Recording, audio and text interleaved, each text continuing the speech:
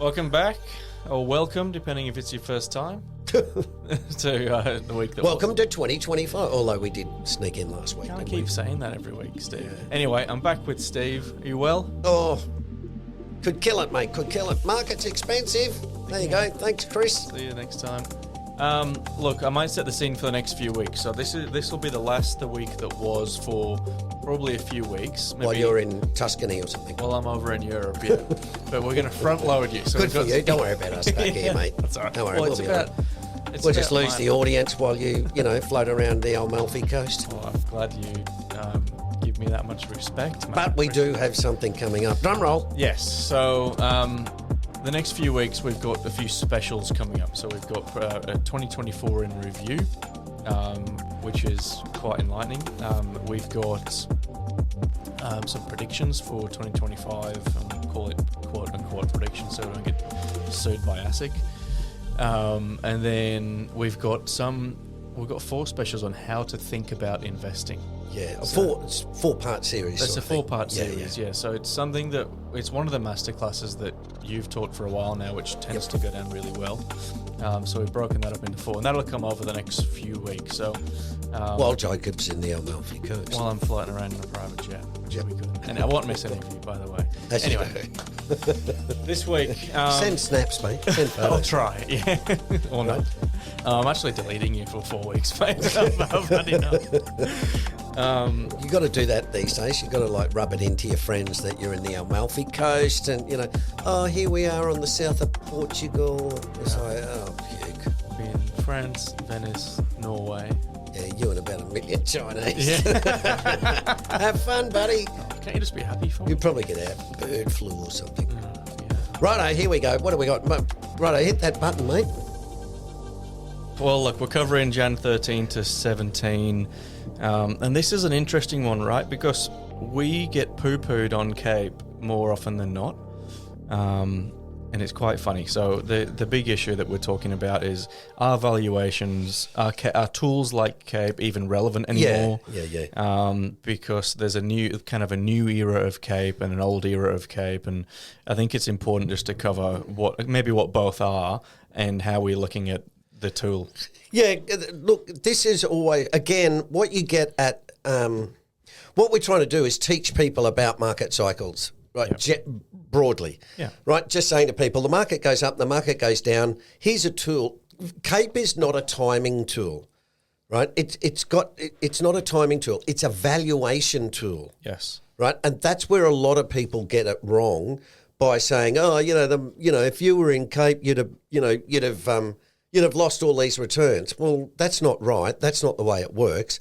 And that's a little bit of I think they're those cheap arguments. So the important point is at the market top, like we're in, I'm not saying at the top, sorry, I shouldn't say that. But when the market's really expensive. Feels like a top. It bloody well does.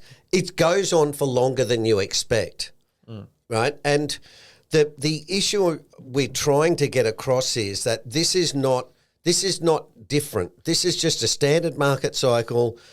Everything's going gangbusters. Now, there might be some differences going forward, but the real issue is that it's like Warren Buffett, right? When the market takes off and Warren Buffett's buying Occidental Petroleum and everyone's in NVIDIA, everyone starts bagging Warren Buffett. The old dude's lost it this time. He's missed out on the greatest bull market. And they did the same thing in the .com, right? Yep. He went and gave a speech to Silicon Valley. It was some soiree, all these wanky bloody .commers were at, right? They're all making millions and billions of dollars, and they're all talking internet and .coms and a little bit the way they're talking about AI at the moment, right? It's going to take over the world, So Warren comes along, right? He gives an address which basically just says, you're all a load of wankers.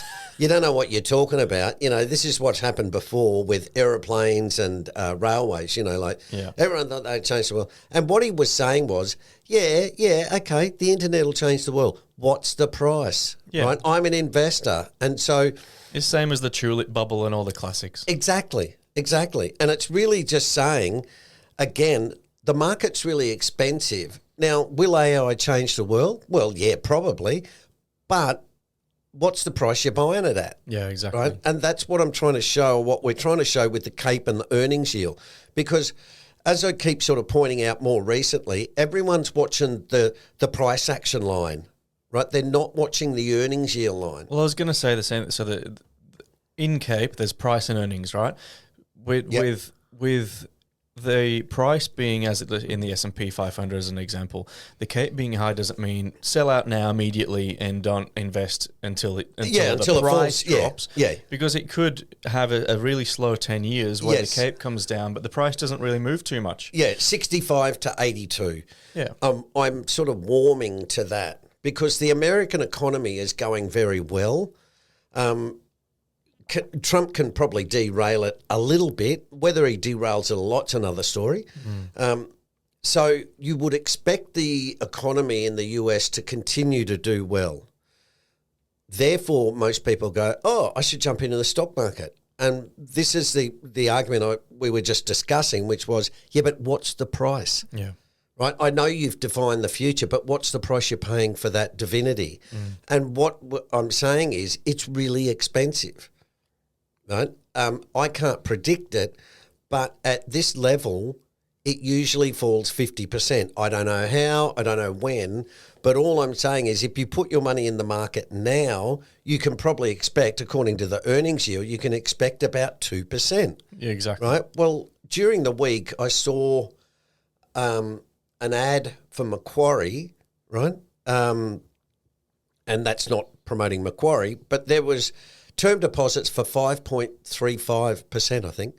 Well, 5.35 term deposit, no risk, government guaranteed up to 250 grand. Or you can have, you can throw $500,000 in the S&P and get 2%, get a 1. That's not too real though, right? That's just. Well, yeah. Oh, that's too real. No. That's the earnings yield. Then you take away inflation and exactly. costs and stuff, and you're basically not making any money. Yeah, you're going back. So that's all I'm trying to point out is, let me take the next step. The alternative is people. Someone asked us during the week, well, okay, now what do I do?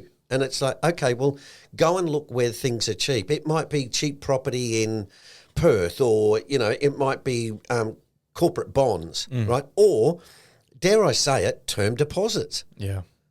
Right? 5.35 is, not too bad. I had a mate of mine during the week, I breakfast with, and he said to me last year, now, he's got a few bob, but last year he said, I made $90,000 in interest. Yeah. And this is part of my complaint that the problem we've got is a lot of wealthy people are earning a lot more money now because they're getting 5%. Yeah. Right? And they're going, this is great. It covers my cost of living. I'm actually making more money instead of spending more money. Well, we say it all the time. The first thing we teach people is don't lose money. Yep. Like there are times to take significant risk, and there are times to look at it and go, maybe not right now. And we're kind of saying maybe not right now. You don't need to take a risk all the time. Yeah, you're going to, you look at you're 30 years of age. Jesus Christ, you've got 40 years to invest. Yeah. I want to get rich now, though, Steve. Well, yeah. Well, you already are. You bought Bitcoin, didn't you? Well, I'm in Venice. Well, yeah. No, stop it. Move on. What's the next one? Well, we got Monday. Righto. US market outperforming. It's obviously still connected to the rest of the world. So we keep saying this. If the US sneezes, everyone else catches a cold. Yep. Yeah. It's not new news. Yeah. I'm just showing a bit of the argument is, here's the lesson. The argument is you should be diversified across asset classes, right? Yeah.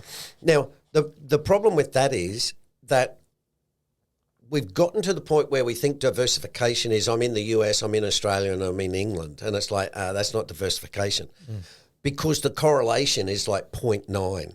Yeah. So just as you said, if the US sneezes, excuse me, the rest of us get a cold.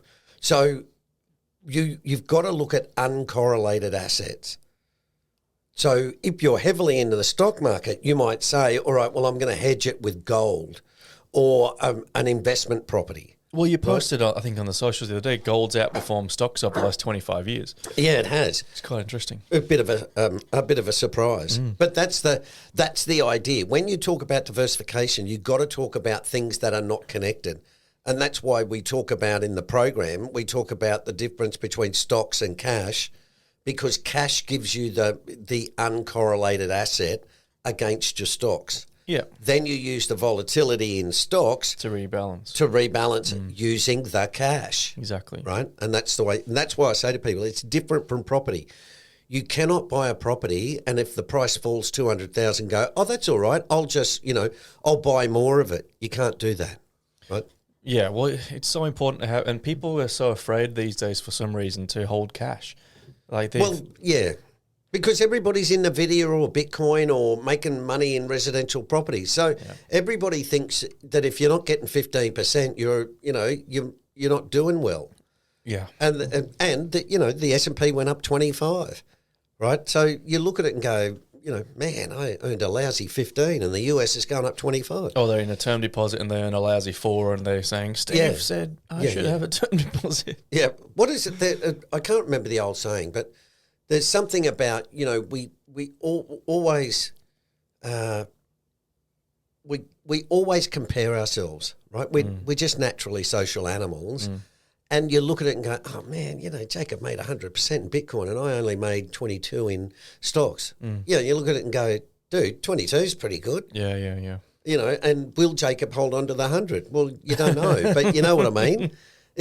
I'll try my hardest. Yeah, but you know what I mean? Like, you look at it when people are doing well, but seldom do you look at it and go, I'm up 5 and those dudes are down 42. Well, this is the thing. Someone asked me this literally yesterday on my own personal socials, and I was about the Bitcoin stock thing. I was like, mate, where Steve's different is he's done this for 30 years quite successfully. Yeah. So, and I've done... Unlike Warren Buffett, right? Yeah.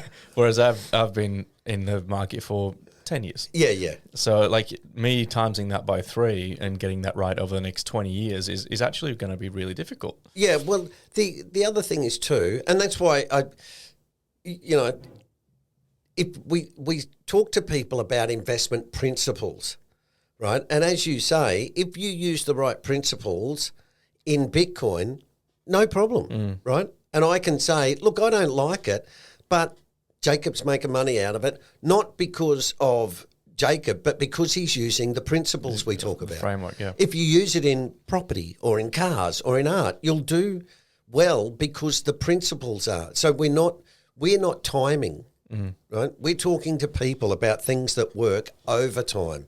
We're not talking about things that work at the moment, right? Because the problem is things go pear-shaped, and if you don't have investment principles, you don't know when to get out.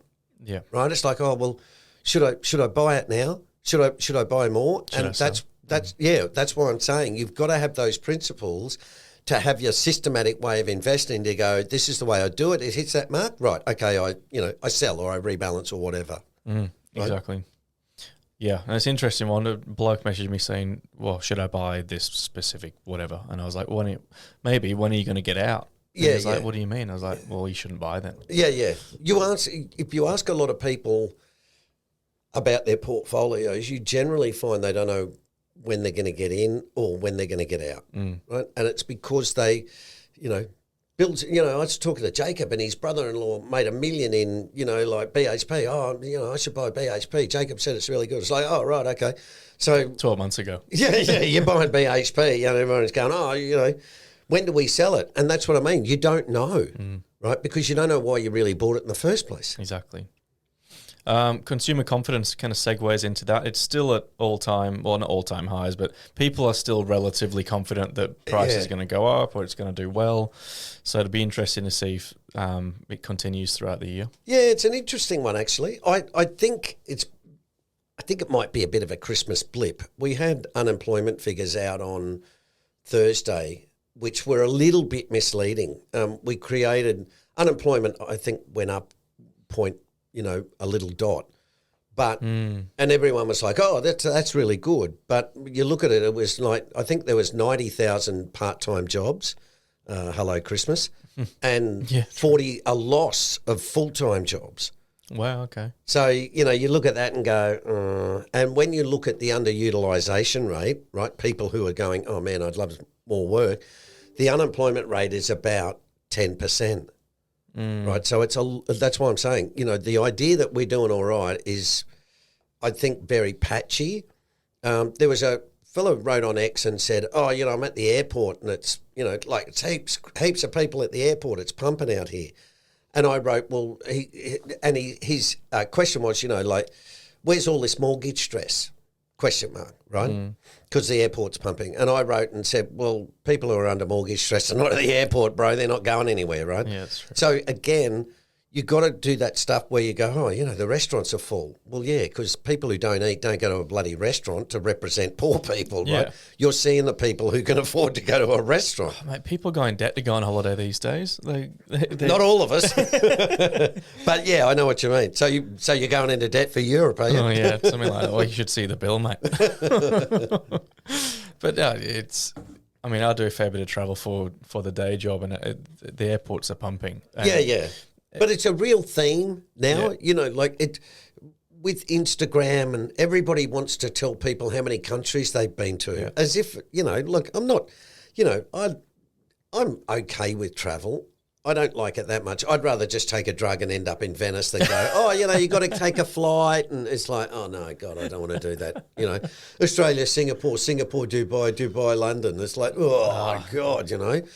And that sort of stops me a lot from travelling. But it's become, travelling is a status symbol now.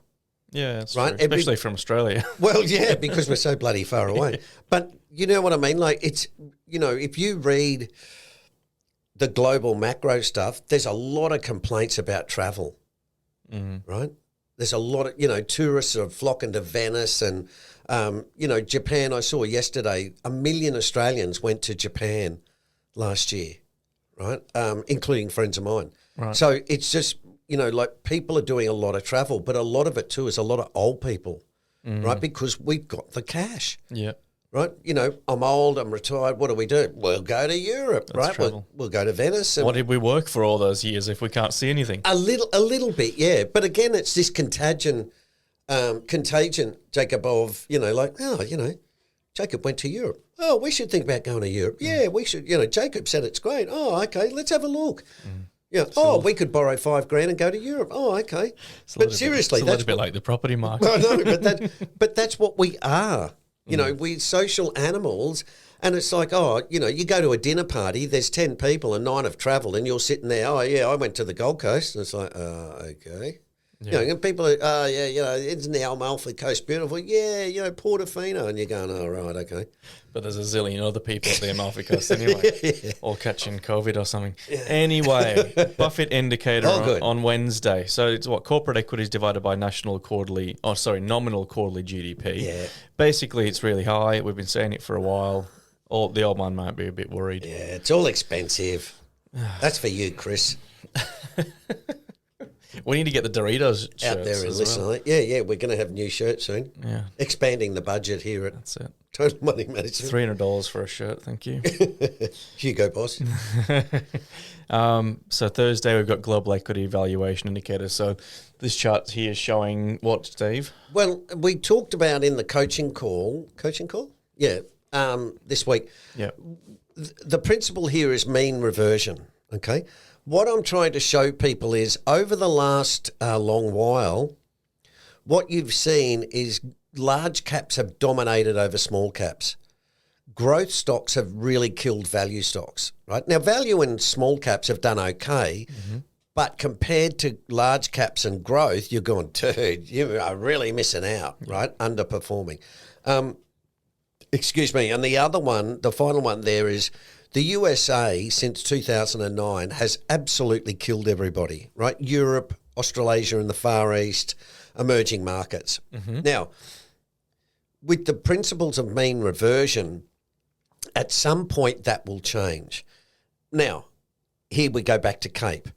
The CAPE in the US is 39. The average in emerging markets is about 16 or 17. And in Europe, I think it's about the same. So at some point, that's going to transition into there's better value in emerging markets. Like we talked about, Brazil's cheap, Mexico's cheap, Poland's cheap, South Korea's cheap, England, United Kingdom, for a developed country is quite cheap, right? So that's why I say I know Cape's at 39, but if you've got a plan and you don't go, oh, Steve said Brazil's cheap, I'll put all my money in Brazil, right? You asset allocate and rebalance sensibly. That's where you should do better over the long term. Correct, yeah. Okay? And so what I'm saying there is we're getting to the point where with a Cape of 39, there will be a pivot out of the United States to a more attractive valuations, which will most likely be emerging markets. Now, they may suffer a decline if the US goes down, but they will or should present really good value. Well, over the long term, the quote money makers, the big dogs, they're looking for yield. They're looking to put their money somewhere to grow, and there's going to be a point where the FANG stocks don't deliver that anymore. Yes, and they go, oh, well, let's slowly move out into what has some value. Yeah. That's what. See, what we talked about too in the coaching call was what you've seen over the last 15 years is really big price growth. Right, so the dividend always remains about stable, right, 2-3%. What you've seen is the PE, right, the multiples go from 9 to 30, right? That's hundreds in some cases. Yeah, so you've got all this price appreciation. So it's again the same with property, where I say you bought it at $1 million. You're only yielding 3%, which is not much. Yeah, but the price growth has been fantastic. And it's like, that's good, but that will stop at some point. Trees don't grow to the sky, i.e. some people will get to a point where they'll be disappointed with 8 or 9% growth. They go, these things are cooling down. And it's 8 or 9 is really good. It's just that you're thinking 25 or 30, right? Well, NVIDIA's run out of puff, right? It's only growing at 10%. It's like, okay. But it's overvalued. Yeah. Right? And that's what I suspect will happen at some point. Things always get so ridiculous that someone goes, oh, come on, hang on, you guys, this is stupid. Right? And that's where the worm sort of turns a bit. Yeah. Yeah, and we just don't know when that's going to be, which is why we keep going on about it. We'll be right one day. I know where it is, and it's cost you $85 million to text me, and I'll tell you. Takes the Steve line. And then on Friday we've got share buyback boosts. What are you trying to get across here? Just the idea. If you've got, let me put this simply, you've got 100 shares in a company. And their shares cost $1, right? And it earns 10 cents, right? Yep. Okay. Now, if I say, Jacob, I'm buying back half the shares, the earnings per share goes from 5 cents to 10 cents. Yep. Right? Oh, Jesus, that's good. That's a double. Yeah, but I halved the share count. So what I'm saying, companies buy back their stock and then their earnings per share simply goes up based on the fact that there's less shares. For it to look good on Yes, paper. yeah. And that's what's been happening for a while. Again, what happened was when interest rates were zero, what companies did was borrowed a lot of money to buy back stock. Right, okay. Right? That's what they do. I think, who's the latest big company to buy back there? There's a lot of them doing it. Like Apple or something. Yeah, Apple is buying back. Warren Buffett said he loves share buybacks, but he loves share buybacks of good companies who use their capital wisely. Coke, Apple, Bank of America. It doesn't translate into, well, if you get a crappy company and they buy back their own shares, usually they're doing it at a higher price, which is like, dude, you want to buy back your shares when they're cheap, not expensive. And that creates less value. And in other words, they're actually not using the capital right. Right. So from that point of view, but just there showing, as Lance Roberts said there, it's $1 trillion a year. Buybacks. Yeah. Wow. We're starting to get figures. There was something I saw the other day where I thought, my God, that's a very big number.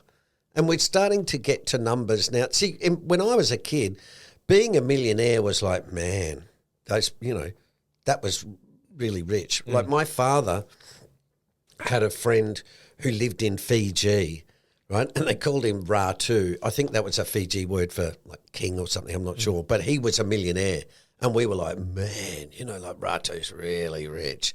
Now it's like, oh, yeah, got that in my property. Yeah. My house worth 1.7. It's like, oh, cool, right, okay.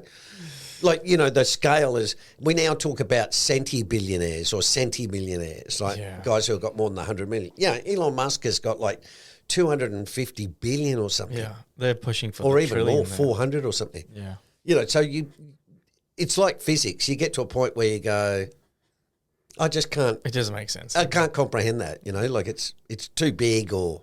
We're all living in Elon's world, mate. Yeah. Elonville. So are we trying to tell the listeners anything here? Or should they be aware of anything? Yeah, the idea is just to keep an eye on stock. Often when they're buying back stock, they generally do it at the wrong time. Yeah, okay. Right? But it's also because they did it because there was cheap money about. Right. And when you get cheap money, this is why we've got property bubbles and stock bubbles and, all sorts of crazy stuff because there's cheap money. And so you can borrow and speculate and you don't need to make a lot of money. If interest rates are at 1%, well, if you make 2 or 3%, you're making money. Right. So at 7%, that's where you say, well, hang on, now I'm going to make 10 or 11. Right. That's a really big hurdle. But it's pretty easy to make 2% when people are speculating on asset values. Yeah, you can hold it for a short term and go, hey, I made 4%, good, fine, flick it. Yeah, it forces you to take more risk, which makes most people lose more money. Well, yes and no, but what it does is it just creates more and more bubbly prices. Yeah, because everybody's bidding up the price. Right. Okay. Right, and like you said at the start, they're not looking at the yield; they're just looking at the capital gain. Yeah, most people don't even know what a yield is. Or they discount the yield because they think they're going to make more on the capital gain. Yeah, okay. All right, well, before we get onto the lesson of the week, the last chart really is just on the forward PE ratios of the S&P. Let's say you got 1 year returns and 10-year returns. Yeah. It's basically showing that the yield looks crap, as we've been talking about. I didn't put that in because I just sort of We've been talking about it. Yeah. But lesson of the week, so what are we learning today? Asset class valuation scores. Just the same of what we were talking about before with mean reversion is US assets have been really, really good. So if you have a look since 09, excuse me, since 09, when everything was cheap, the US has gone absolutely gangbusters. The rest of us have just gone wobbled around and now, we're not doing anything. Well, this is arguably cheap. Right? That's what I mean. So emerging market FX is, foreign currency. EM, emerging market. Developed markets, X the US. FM and EM bonds. EM bonds, right? So FM is frontier markets, I think. So what it's simply saying is the US is really expensive. Everywhere else is relatively cheap or is cheap relative to the US. Yeah, the US have sucked the life out of everyone else. But these guys are all invested in US bonds. Yeah. So if the US falls, these are going to come down because it's their cash. And stocks will be sold off. Yeah. So asset allocate, which brings us on to dynamic allocation in the next lesson, which is basically, Templeton says what do we got here? Strategies and Philosophy of Legendary Investors. So that's a book that you've referenced. It's John Templeton is a little bit like a bit like Warren Buffett, right? You buy undervalued stocks. Templeton was famous for, I think when Japan was really cheap, it had exploded or something, and Templeton instructed his staff to buy every single Japanese stock, I think, that was under $1 or something. Anyway, he did this thing, pulled off an absolutely magnificent coup, and of course, made heaps of dosh. Yeah. But what I'm alluding to here is we got a question on the socials about how should we be allocated, the Cape's at 39. And if you look at this one, what I'm trying to point out here, and I think we may have spoken about this a few months ago, if you notice the percent market level below or above the normal zone. So the PE, see where it says 0. Yep. Pretend that's a PE of 17. Yep. Right? If you want to use CAPE, it's say 16, right? Yep. Now, what I'm trying to show there is when the market's 20% below normal, so let's say the CAPE is at 13, well, you draw an eye up and you say, okay, well, you maybe should have about 75 or 80% of your money in stocks. Yep. Now, when it's really expensive, let's say you do that in 2009, right? You go, oh man, the CAPE's really cheap. I'm going to put 80% of my money in the US market. Okay, and you do that. Now you come back 2025, and it's here, and it's the green dot. Okay, so it says, well, draw your eye across from there. You should have 10% of your money in stocks. Yep. But what a lot of people do is say, oh, but I've made, the US market's gone up 500%. So that would entail selling most of your portfolio. Yeah. A lot of people can't do that because they just feel like, oh, trigger capital gains tax. But my argument is, well, okay, but what happens if you lose 50%? Pay the tax, sit in it. And reinvest it, Reinvest. and go to emerging markets and, reinvest. Or, buy an investment property if there's a good yield about. Or, buy bonds or, but this is where we teach people to manage their money dynamically, right? It doesn't mean you've got to do actions every day, but just saying the efficient market theory is buy and hold, right? Well, no, because if you look at the market cycles chart and go, well, every time the CAPE goes crazy, it loses 50%, it's silly to go, oh, yeah, but you just can't pick it and you've got to suffer it. It's like, really? Yeah. That's a really dumb argument. Well, people think you've got like one day to pick it. You don't. You've actually got to fight quite a long time. Yeah. But it's also, again, allocating according to this yield, right? So if the things are really expensive, well, it's silly to stay there or to get in there. If it's really cheap, well, that makes a lot more sense, right? But this is why fund managers and stuff are always, in my mind, over-allocated, right? Because they're doing buy and hold. The diversification issue is a problem. Like when you get a big crash, everything goes to hell. It's the best sales technique from fund managers. Oh, you just got to sit in the market. Yeah, you just got to hang it out. And that CAPE thing's bullshit. It's like, oh, really? No one can time the market. Yeah. But it again, like you're saying there, it's not about saying, oh, March the 9th, I picked it and, you could have invested anywhere in 2009, 2010 and still killed it. Yeah. Right? And in the inverse, you could got out any time in 2007, really. Yeah. And you'd have done perfectly fine. There's a lot of that goes on, right? Particularly as a criticism of CAPE, right? Like, oh, you'd have missed out on all the profits. And it's like, well, no. But secondly, you don't know what's coming. It's a 10-year indicator of valuation over the forward 10 years. So we might get to 2035. The S&P's gone down like it did from 2000 to 2010 when it lost 50%, right? We fast forward to 2035. You won't hear those people go, man, that CAPE thing was right in 2025, right? Yeah. And that's what I say. In bull markets, you get better returns than what CAPE says. And in bear markets, you get worse returns, right? And that's where the problem is. The problem is that transition part where it starts to roll over. Yeah, that's important. Well, look, it might leave it there. If you've got any questions on dynamic allocation, as always, we get inundated with questions, but please send them because it helps us create these lessons. Other than that, we might see you next week. See you when you get back from Europe. Cheers, mate. Thanks, everyone. As always, remember, we don't provide financial advice.